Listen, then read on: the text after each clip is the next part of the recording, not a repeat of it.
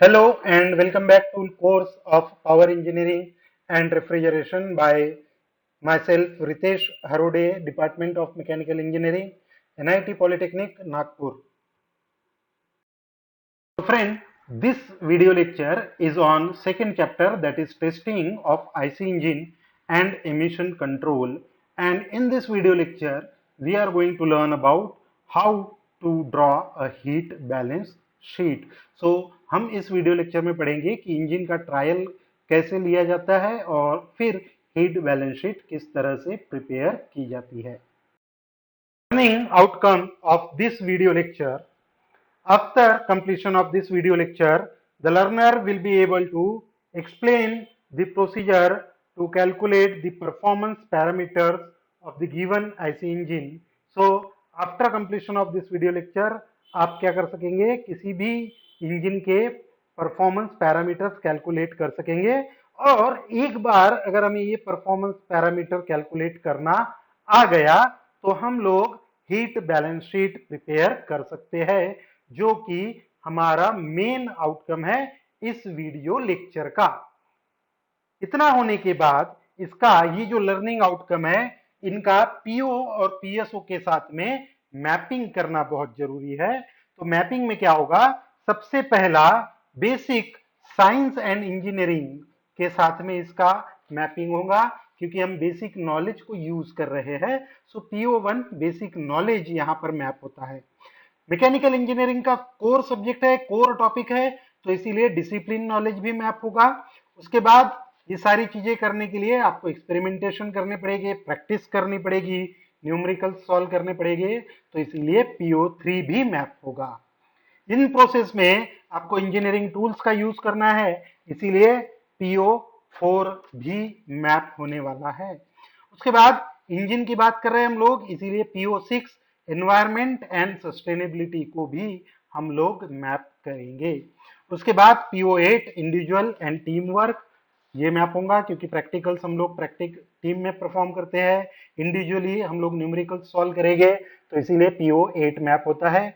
Communication PO9 map होगा, क्योंकि इससे आपका ओरल और रिटन कम्युनिकेशन भी थोड़ा सा इंप्रूव होगा. और लाइफ लॉन्ग लर्निंग, ये क्योंकि हमेशा हमें यूज में आने वाला टॉपिक है, तो इसीलिए PO10 भी हम लोगों ने मैप किया. साथ ही साथ PSO2 और PSO3 भी मैप होता है, क्योंकि इसमें मैकेनिकल इंजीनियरिंग प्रोसेसेस और इक्विपमेंट्स को यूज कर रहे हैं. देन थोड़ा सा पीछे चलते हैं, और पिछले वीडियो लेक्चर में हमने थर्मोडायनामिक टेस्ट के बारे में पढ़ा था.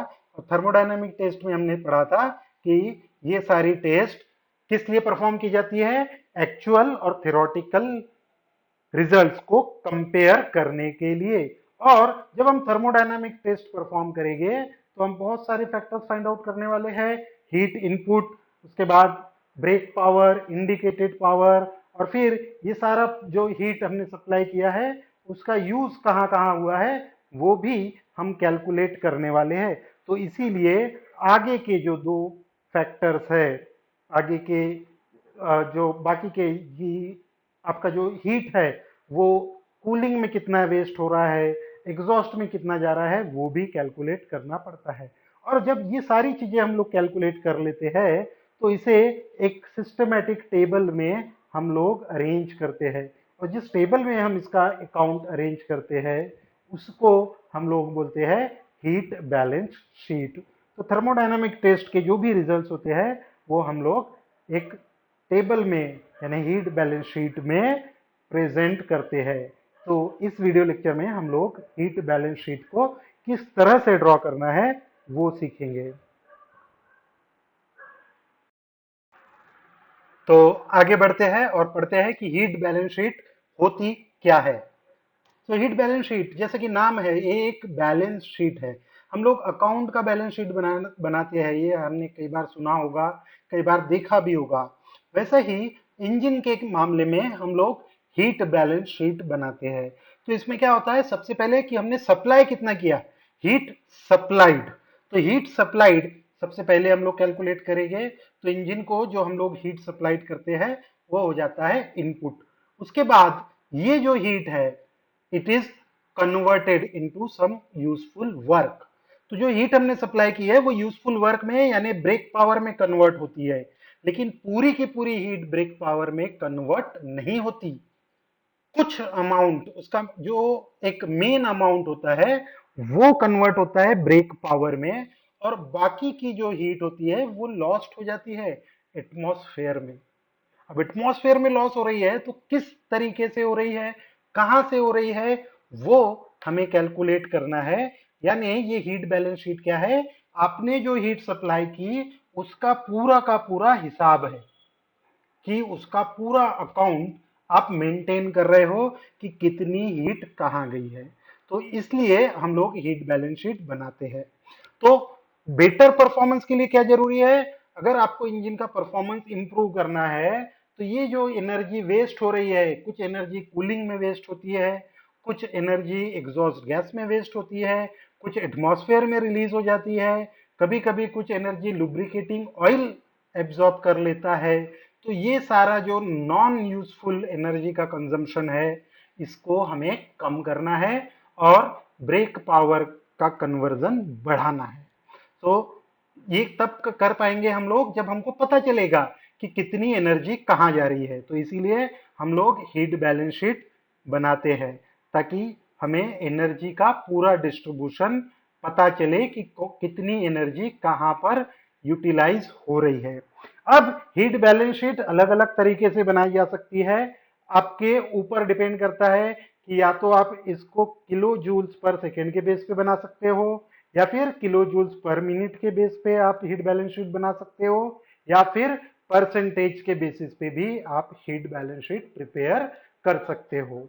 ये बहुत जरूरी है, ये ध्यान से आप पढ़िए, इसको वीडियो को ध्यान से देखिए, नोट्स प्रिपेयर कीजिए खुद के, जो समझ रहा है उसको बनाइए, क्योंकि इसी के ऊपर आगे एक न्यूमेरिकल भी होगा जो एग्जाम में हमेशा आता है। आगे देखते हैं कि हीट बैलेंस शीट में हम लोग क्या क्या कैलकुलेट करते हैं। हीट बैलेंस शीट सबसे पहले तो क्या होता है, एक कांस्टेंट लोड पे बनाई जाती है, यानी जो आपकी इंजन हीट टेस्ट रिग रहेगी उसके ऊपर आप इंजन को चलने देंगे, लोड कांस्टेंट रखेंगे और इंजन की स्पीड को कांस्टेंट होने देंगे। यानी जब तक इंजन की स्पीड स्टेबल नहीं होती तब तक हम लोग रीडिंग नहीं लेते हैं। तो एक बार इंजन का आपने लोड सेट कर लिया, उसको कांस्टेंट रखा, उसके बाद में आपने उसको मेंटेन किया, स्पीड को स्टेबल स्पीड आने दिया, तब जाकर आप ये सारे जो रीडिंग्स है वो ले सकते हैं। तो क्या क्या मेजरमेंट लेंगे, जब आप टेस्ट कंडक्ट कर रहे हो तो आपको कौन से मेजरमेंट लेने हैं। तो सबसे पहले temperature and quantity of air supplied, यानी आपने इंजन को कितना टेम्परेचर और कितना एयर कितने टेम्परेचर पे सप्लाई की है वो हमें कैलकुलेट करनी है। उसके बाद हम कैलकुलेट करेंगे कि फ्यूल सप्लाई कितना किया, एक पर्टिकुलर टाइम आप मेजर करेंगे, एक पर्टिकुलर टाइम डिसाइड करेंगे और उस टाइम के लिए आपने कितना फ्यूल सप्लाई किया और उस फ्यूल की कैलोरीफिक वैल्यू क्या है ये आप नोट डाउन करेंगे।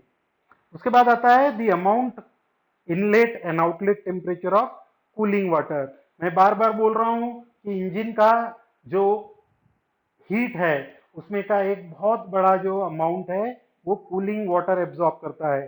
तो हमें ये पता करना पड़ेगा कि पानी ने कितनी हीट एब्जॉर्ब की है। तो उसके लिए हमें मास फ्लो रेट चाहिए, यानी वाटर का फ्लो कितना था, मास कितना था, उसके बाद उसका इनलेट टेम्परेचर और आउटलेट टेम्परेचर, उसके बाद हम लोग पानी ने कितनी हीट एब्जॉर्ब की है वाटर ने वो कैलकुलेट कर सकते हैं, क्योंकि उसका फार्मूला हमें पता है Q is equals to M C P and D T, यानी टेम्परेचर डिफरेंस। तो ये हमको कैलकुलेट करना पड़ता है। और उसके बाद आता है टेम्परेचर ऑफ एग्जॉस्ट गैस। तो एग्जॉस्ट गैस का टेम्परेचर हमें मेजर करना है ताकि हम लोग ये पता कर सके कि एग्जॉस्ट गैस में कितनी हीट आपकी वेस्ट जा रही है। तो इस तरह से ये सारी रीडिंग हमें लेना पड़ता है और इस रीडिंग लेने के लिए आपको एक्सपेरिमेंटल सेटअप की जरूरत पड़ेगी। This is the experimental setup to perform a heat balance sheet on an engine. तो दोस्तों यहाँ पे ये एक्सपेरिमेंटल सेटअप है जिसके ऊपर हम लोग प्रैक्टिकल परफॉर्म करते हैं।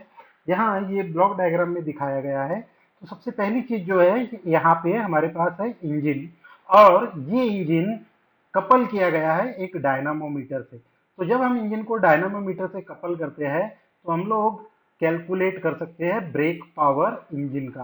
तो इस डायनामोमीटर से हम लोग इंजन के ऊपर अलग अलग लोड अप्लाई कर सकते हैं, और उस लोड पे और आरपीएम पे हम लोग इंजन का ब्रेक पावर कैलकुलेट कर सकते हैं।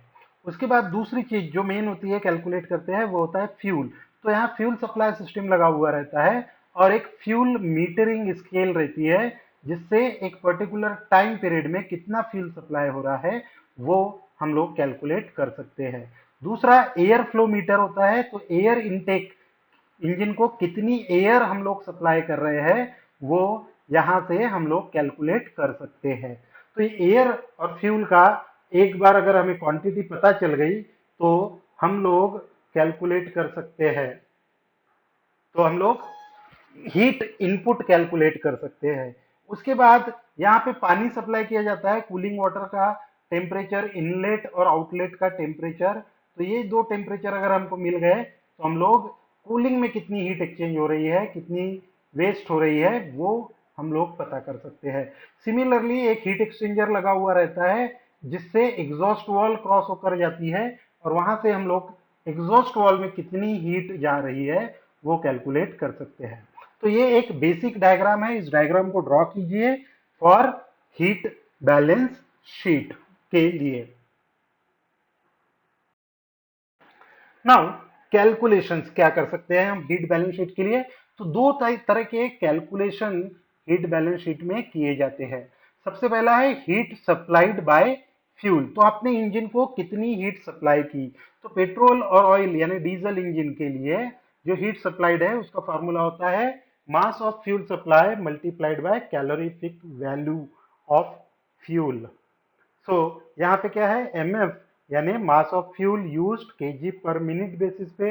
अगर आप केजी पर सेकेंड बेस पे कैलकुलेट कर रहे हो तो ये वाली वैल्यू आप केजी पर सेकेंड में पुट ऑन करेंगे। और उसके बाद कैलोरीफिक वैल्यू ऑफ फ्यूल जो होती है किलो जूल्स में या फिर किलो कैलोरीज में। तो इस तरह से हम लोग कैलकुलेट कर सकते हैं कि आपने इंजन को कितनी हीट सप्लाई की है। एक बार अगर हमने कैलकुलेट कर लिया कि इंजन को हीट सप्लाई कितनी की है तो हम आगे का काम कैलकुलेट कर सकते हैं, यानी हीट का एक्सपेंडिचर। तो ये हीट एक्सपेंडिचर यानी हीट का यूटिलाइजेशन हमने कहाँ कहाँ किया है वो कैलकुलेट करना जरूरी होता है हीट बैलेंस शीट के लिए। तो अभी हमारे पास इनपुट है पर ये आउटपुट, इसका यूटिलाइजेशन कहाँ है वो हमें कैलकुलेट करना है। तो सबसे पहला जो कैलकुलेशन है वो हीट एब्जॉर्ब्ड इन बीपी, यानी ब्रेक पावर, कितनी हीट ब्रेक पावर में कन्वर्ट हुई, यानी how much amount of heat is converted into mechanical work. ये कैलकुलेट करने का काम है heat absorbed in BP. This is the output of engine. तो ये यूजफुल पावर होता है और ये पावर कहाँ अवेलेबल होता है, क्रैंक के ऊपर। और ये क्रैंक का जो पावर है अगर इसे कैलकुलेट करना है तो जो डिवाइस हम लोग यूज करते हैं वो होता है डायनामोमीटर। सो डायनामोमीटर हम लोग यूज करेंगे। डायनामोमीटर अगर हमने यूज कर लिया तो जिस टाइप का डायनामोमीटर है उसके हिसाब से हम बीपी कैलकुलेट कर सकते हैं। तो अलग अलग टाइप के डायनामोमीटर्स होते हैं, इलेक्ट्रिकल टाइप, मैकेनिकल टाइप और eddy current dynamometer and all. तो ये सारी डिटेल्स में हमने थ्योरी ऑफ मशीन में पढ़ा होगा, और उसी का जिस टाइप का डायनामोमीटर यूज करेंगे उस टाइप का फार्मूला यूज करके हम लोग हीट एब्जॉर्ब्ड इन बीपी कैलकुलेट कर सकते हैं। अगला है heat taken by cooling water. Cooling water ने कितनी हीट एब्जॉर्ब की है ये कैलकुलेट करने के लिए सिंपल फॉर्मूला है heat absorb by cooling water is M C P, और ब्रैकेट में आएगा T out minus T in, यानी टेम्परेचर डिफरेंस। तो हमने सेटअप में देखा था कि आपने इनलेट और आउटलेट टेम्परेचर में रिकॉर्ड किए पानी के, वाटर के, तो अगर वो आपको मिल गए तो आप heat taken by cooling water निकाल सकते हैं। तो ये दूसरा मेन फैक्टर होता है किसी भी इंजन की वर्किंग में, जो maximum amount of heat absorb करता है। उसके बाद कुछ हीट होती है जो एग्जॉस्ट गैस कैरिड अवे कर लेती है, यानी heat absorbed bye exhaust gas. Exhaust gas जब एटमॉस्फेयर में रिलीज होती है तो अपने साथ बहुत सारा हीट अपने साथ लेकर जाती है। तो आपको एग्जॉस्ट गैस की हीट को भी कैलकुलेट करना है। और उसके बाद आखिरी वाला जो है हीट अनअकाउंटेड फॉर। तो कुछ हीट ऐसी होती है जो हम कैलकुलेट कर ही नहीं पाते, जैसे कि कुछ हीट रेडिएशन से एटमॉस्फेयर में लूज हो जाती है, कुछ और फैक्टर्स होते हैं, कुछ और चीजें होती है जहां पे हीट एटमॉस्फेयर में रिलीज हो जाती है या लॉस हो जाती है। तो ये हीट को मेजर करना पॉसिबल नहीं होता। तो हम लोग आखिरी में क्या करते हैं कि ये जो तीन हीट हमने यहाँ पे कैलकुलेट की है, heat absorbed in BP, heat absorbed bye cooling water and exhaust gas, ये तीनों कैलकुलेट कर लिए। तो इन तीनों को टोटल करके हम लोग हीट इनपुट में से माइनस कर देंगे और जो बचा हुआ रहेगा वो रहेगी अनअकाउंटेड हीट। तो इस तरह से हम लोग हीट का एक्सपेंडिचर कैलकुलेट कर सकते हैं किसी भी इंजन की टेस्टिंग में। एक बार ये सारा कैलकुलेशन हो गया तो इसको हम लोग हीट बैलेंस शीट में प्रिपेयर करेंगे। सो फ्रेंड्स, अभी तक हम लोगों ने देखा है कि कितने कैलकुलेशंस हमें करने पड़ते हैं हीट बैलेंस शीट ड्रॉ करने के लिए। तो एक बार ये सारे जो फैक्टर्स है, जो पैरामीटर्स है, अगर हम लोगों ने कैलकुलेट कर लिए तो उसे इस तरह से इस टेबल में अरेंज किया जाता है। सबसे पहले ये जो हीट बैलेंस शीट होती है दो पार्ट में डिवाइड होती है। एक होता है सप्लाई साइड और दूसरा होता है एक्सपेंडिचर साइड। तो सप्लाइड में हीट सप्लाइड होती है, तो हीट सप्लाइड हम लोगों ने कैलकुलेट की थी एमएफ मल्टीप्लाइड बाय सीवी से। सो वो जो भी हीट सप्लाइड होगी that will be calculated and written here in kilo joules per minute, and that will be 100%, क्योंकि जो इंजन को हीट सप्लाई है वो सिर्फ और सिर्फ फ्यूल से ही आता है। सो ये टोटल 100% फ्यूल सप्लाई रहेगा, उसकी एक कोई तो भी वैल्यू यहाँ पर आएंगी। उसके बाद हीट डिस्ट्रीब्यूशन या एक्सपेंडिचर किस तरह से किया जा रहा है, तो सबसे पहला क्या होता है हीट एब्जॉर्ब्ड इन बीपी। तो बीपी में हीट कितनी एब्जॉर्ब हुई है वो हम लोग कैलकुलेट करेंगे और उसका परसेंटेज निकालेंगे और वो यहाँ पर लिखेंगे। उसके बाद दूसरा फैक्टर है heat taken away by cooling water, वो कैलकुलेट करेंगे और उसको यहां पर लिखेंगे। फिर heat carried away by exhaust gases को कैलकुलेट करेंगे और वो यहां पर लिखेंगे, उसका भी परसेंटेज फाइंड आउट करेंगे। और उसके बाद इन तीनों का टोटल करके उसको इस हीट सप्लाई से माइनस करेंगे और वो यहां पर लिखेंगे। तो इसका जो टोटल है वो इसके बराबर आना चाहिए, यानी जितनी हीट हमने सप्लाई की है उसका डिस्ट्रीब्यूशन कहाँ कहाँ पर हुआ इन चार फैक्टर्स में, वो हमने कैलकुलेट किया और यहाँ पर लिखना चाहिए और ये हीट बैलेंस शीट प्रिपेयर हो जानी चाहिए। तो इस तरह से हम लोग हीट बैलेंस शीट को प्रिपेयर करते हैं। आने वाले वीडियो लेक्चर्स में हम लोग इसके ऊपर न्यूमेरिकल्स देखेंगे जिसमें हम हीट बैलेंस शीट को प्रिपेयर करेंगे। तो इस तरह से हम लोगों ने अभी सीखा कि हीट बैलेंस शीट किसी भी गिवन इंजन को किस तरह से बनाई जा सकती है। So friends, in this way we can draw the heat balance sheet for given engine. तो इस वीडियो लेक्चर में हम लोगों ने सीखा कि हीट बैलेंस शीट कैसे ड्रॉ की जा सकती है, हीट बैलेंस शीट में इनपुट क्या क्या होता है, कैसे कैलकुलेट किया जा सकता है, और वो हीट का एक्सपेंडिचर यानी यूटिलाइजेशन कहाँ कहाँ होता है वो कैसे परफॉर्म कैलकुलेट किया जा सकता है। और इस वीडियो लेक्चर को पढ़ने के बाद, वीडियो लेक्चर कंप्लीट करने के बाद हम लोग हीट बैलेंस शीट ड्रॉ कर पाएंगे। And this is the PO and PSO mapping for this video lecture. So this is what we have achieved after completion of this video lecture. In the next video lecture we are going to learn about the problems on heat balance sheet. तो अगले lecture में हम लोग heat balance sheets के problem draw करेंगे और उसको उसकी हीट बैलेंस शीट बनाएंगे. Till then keep learning and thank you very much.